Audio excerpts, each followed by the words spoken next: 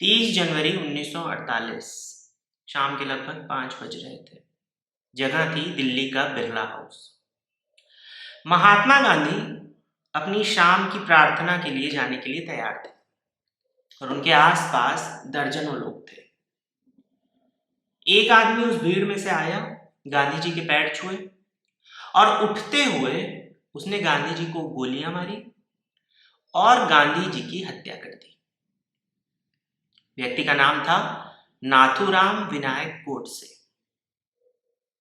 अब इतना तो हम सब जानते हैं, लेकिन इसके बाद क्या हुआ, देश में किस तरह का माहौल था, लोगों की क्या प्रतिक्रिया थी और नाथूराम गोडसे ने कोर्ट में और अपनी फांसी से ठीक पहले क्या कहा था, आज हम यही जानने की कोशिश करेंगे। और मैं कोई अपना ओपिनियन नहीं दूंगा, बल्कि हम कुछ किताबों के माध्यम से ये जानने की कोशिश करेंगे। देखते रहिए। तो जय हिंद दोस्तों, और आशा है कि आप सब अच्छे होंगे। तो नाथूराम गोडसे को जब अदालत लाया गया तो नाथूराम गोडसे ने अपनी हियरिंग्स में बहुत कुछ कहा, जिनका जिक्र उनके भाई गोपाल गोडसे ने इस पुस्तक वाई आई असैसिनेटेड महात्मा गांधी, यानी मैंने महात्मा गांधी की हत्या क्यों की, इस किताब में लिखा।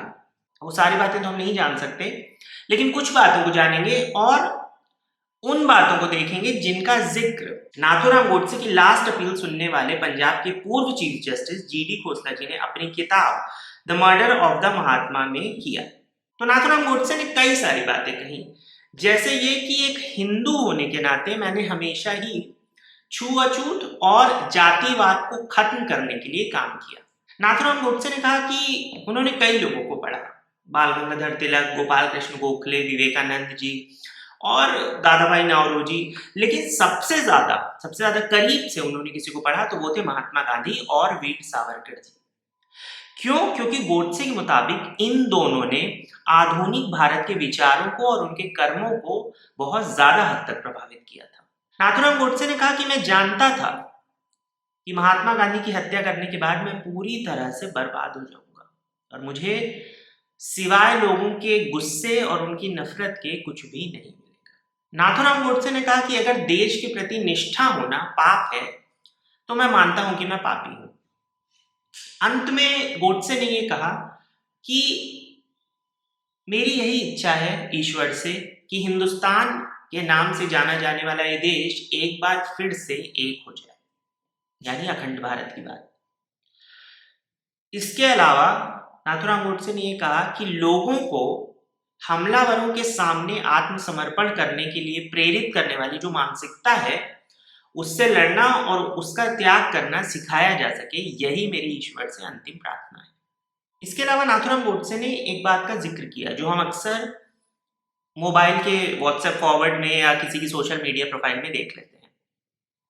हुआ ये कि 12 जनवरी 1948 को महात्मा गांधी आमरण अनशन पर बैठे थे। वजह यह थी कि देश भर में हिंदू मुस्लिम दंगे हो रहे थे और गांधी जी ने ये कहा कि वो इस तरह की स्थिति नहीं दे सकते, इसलिए वो आमरण अनशन पर बैठ रहे हैं। उनकी जाहिर है कुछ शर्तें थी, सारी शर्तें नहीं जानते, लेकिन एक खास शर्त थी। हुआ ये कि बंटवारे में पंजाब जो था उसमें से वेस्ट पंजाब से जो रिफ्यूजी थे वो इस तरफ आए थे और ईस्ट पंजाब से जो यहाँ के मुस्लिम्स थे वो उस तरफ जा रहे थे। तो वेस्ट पंजाब से जो हिंदू या सिख आ रहे थे या दूसरे हिस्सों से भी जो लोग आ रहे थे, वो जब दिल्ली आ रहे थे तो उनके पास जाहिर है रहने के लिए जगह नहीं थी। दूसरी तरफ यहाँ दिल्ली से जो मुस्लिम इलाकों से मुस्लिम पाकिस्तान चले गए थे, उनके घर या फिर उनके जो मोहल्ले की मस्जिदें थी वो खाली हो चुकी थी। तो ऐसे में जब हिंदू और सिख पाकिस्तान से आए दिल्ली की तरफ, तो वो दिल्ली में जो खाली पड़े मकान थे मुस्लिमों के या फिर जो मस्जिदें थी उसमें रहने लगे। अब रहने भी ऐसे नहीं लगे कि हमेशा के लिए सेटल हो गए, अभी वो आए ही थे सिर्फ और सिर्फ एडजस्ट होने की कोशिश कर रहे थे, सिर्फ अभी अभी उन्होंने रहना शुरू ही किया था। अब महात्मा गांधी की जो शर्तें थी उसमें से एक शर्त ये थी कि इन जगहों से हिंदुओं को और सिखों को हटा दिया जाए क्योंकि ये मुस्लिमों की जगहें हैं और मुस्लिमों को ये जगहें सौंप देनी चाहिए, जो मस्जिदें हैं और जो घर हैं मुसलमानों के। इसके अलावा गांधी जी ने यह भी कहा कि जो मुसलमान चले गए हैं उन्हें हमें वापस बुलाना चाहिए और यहाँ पर रीस्टैब्लिश करना चाहिए, वापस से यहाँ पर रीसेटल करना चाहिए। ये कुछ शर्तों में से एक शर्त थी महात्मा गांधी की। नाथूराम गोडसे ने इसके आगे ये लिखा कि उस दिन जब हिंदू और सिखों को उन घरों से निकाला गया, उस दिन मैं दिल्ली में ही था और उस दिन काफी ठंड थी और साथ ही बारिश भी हो रही थी। मौसम काफी सर्द था और ऐसे में जो लोग घरों के अंदर थे, यानी जो नॉर्मल सिचुएशन में लोग थे, वो भी कांप जाते, इतनी ठंड थी। लेकिन ऐसे में उन हिंदू और सिखों को जो ऑलरेडी वहां से यहाँ पर आए थे, शरणार्थी थे, उन्हें वापस से बेघर कर दिया गया और खुले आसमान के नीचे छोड़ दिया गया, क्योंकि उन हिंदू और सिखों के लिए कोई भी दूसरा इंतजाम नहीं था। वैसे बता दूं कि इस केस में और भी कई लोग दोषी थे, लेकिन फांसी की सजा जिन्हें हुई थी वो दो ही लोग थे, नाथूराम गोडसे और नारायण आप्टे। खैर, फाइनल हियरिंग शुरू हुई मई 1949 में। नाथूराम गोडसे ने अपने केस में खुद आर्ग्यू किया और जस्टिस खोसला लिखते हैं कि उन्होंने कई बार नाथूराम को बोलते वक्त टोका कि वो जो कह रहा है वो इररिलेवेंट है, इस केस से उसका कोई लेना देना नहीं है। लेकिन जस्टिस खोसला ये भी लिखते हैं कि शायद उनके कलीग्स को, उनके साथियों को नाथूराम गोडसे की बात सुनने में दिलचस्पी थी। तो जीडी खोसला जी ने खुद से ये कहा, जैसा कि उन्होंने अपनी पुस्तक में लिखा, कि मैंने खुद से कहा कि ये आदमी अब मरने ही वाला है और अब वो कोई नुकसान भी नहीं कर सकता, इसलिए उसे आखिरी बार अपनी बात कहने का या खुद को एक्सप्रेस करने का मौका देना चाहिए। जस्टिस खोसला कहते हैं कि उस दिन नाथूराम गोडसे ने जो भी कहा, उससे वहां बैठी जो ऑडियंस थी वो बहुत प्रभावित हुई। जब नाथूराम गोडसे ने बोलना बंद किया तो एक गहरा सन्नाटा था। जो महिलाएं थीं उनकी आंखों में आंसू थे और जो पुरुष थे वो खांस रहे थे या अपना गला साफ कर रहे थे और रुमाल ढूंढ रहे थे। जस्टिस खोसला लिखते हैं कि इसमें कोई शक नहीं कि अगर उस दिन जो ऑडियंस थी, जो पब्लिक थी, उसे उस ज्यूरी का मेंबर बनाया गया होता या फिर उसे ये इस केस का जो फैसला है उसे तय करने का काम उसे दिया गया होता, तो बहुमत से वो नाथूराम गोडसे को नॉट गिल्टी यानी निर्दोष करार देते। खैर, जजमेंट आया और नाथूराम गोडसे और नारायण आप्टे की जो सजा थी फांसी की, वो बरकरार रही। अब देश में कैसा माहौल था? तो जाहिर है कि महात्मा गांधी की हत्या करने वाले के प्रति देश में नफरत का या गुस्से का माहौल था, दुख का माहौल था। लेकिन कुछ जगहों पे इसके उलट माहौल भी था। मौलाना अबुल कलाम आजाद जी अपनी किताब इंडिया विंस फ्रीडम में भी इस बात का जिक्र करते हैं। आजाद जी लिखते हैं कि पूरे देश में भारी आक्रोश था, लेकिन कुछ जगहों में लोगों ने मिठाइयां बांटी और जश्न मनाया। ये बात विशेष रूप से ग्वालियर और उज्जैन के लिए कही गई। मौलाना आजाद ने लिखा कि जब मुझे इस बारे में पता चला कि लोगों ने मिठाइयां बांटी हैं तो मैं चौंक गया, वो शॉक्ड हो गए बात सुनकर। इसके आगे मौलाना आजाद ये भी कहते हैं कि कुछ प्रतिष्ठित परिवार की महिलाओं ने नाथूराम गोडसे के लिए स्वेटर बुनकर भेजा था।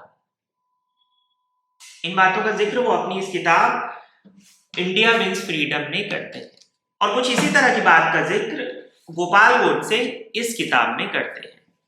वो लिखते हैं कि एक दिन एक लड़की आई और उसने कहा कि उसे नाथूराम गोडसे से मिलना है। जो वहां पर ऑफिसर्स थे उन्होंने चेक किया उसका सामान वामान और फिर उसे मिलने दिया। उसने भी एक स्वेटर नाथूराम गोडसे को दिया और उनसे रिक्वेस्ट की कि वो इस स्वेटर को अपनी हियरिंग के दौरान पहने, जिसपे नाथूराम गोडसे ने अपनी सहमति जताई। खैर, 15 नवंबर 1949 का दिन आया, यानी फांसी का दिन आया। सुबह 8 बजे नाथूराम गोडसे और नारायण आप्टे फांसी के लिए जाने के लिए तैयार थे।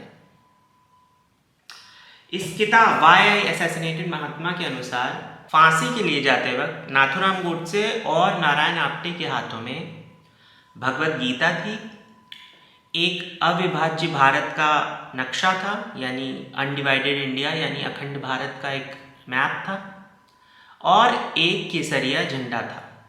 ऐसा गोपाल गोडसे ने किताब में लिखा। नारायण आप्टे ने सुबह की धूप, सुबह का सूरज देखकर कहा कि ये कितना मनमोहक है, जिस पर नाथूराम गोडसे ने कहा कि शिमला में हमेशा ऐसा ही अच्छा या मनमोहक दृश्य रहता है।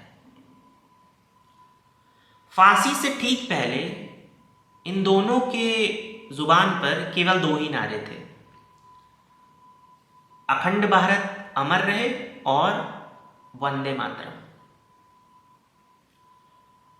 इन्होंने ये नारा दिया और नारा जैसे ही खत्म हुआ, इनके पैरों के नीचे से तख्ता हट गया और ये दोनों पंचतत्व में मिल गए। ऐसा इस किताब में लिखा है। जस्टिस खोसला इस बारे में ये लिखते हैं कि आप्टे की मृत्यु तुरंत ही हो गई, जबकि गोडसे ने कुछ वक्त तक 15 मिनट तक जीवन के लक्षण को प्रदर्शित करना जारी रखा, यानी 15 मिनट तक कुछ हलचल बनी रही शरीर में, और उसके बाद गोडसे की भी मृत्यु हो गई और दोनों की अंतिम क्रिया जेल परिसर में ही कर दी गई। जस्टिस खोसला की book the murder of the Mahatma Google पर अवेलेबल है, अगर आप पढ़ना चाहें तो पढ़ सकते हैं। इस पूरे विषय पर आपकी क्या प्रतिक्रिया है ये मुझे कमेंट में लिख कर बताना मत भूलिएगा, और वीडियो अच्छा लगा तो चैनल सब्सक्राइब करके वीडियो लाइक ज़रूर कीजिएगा।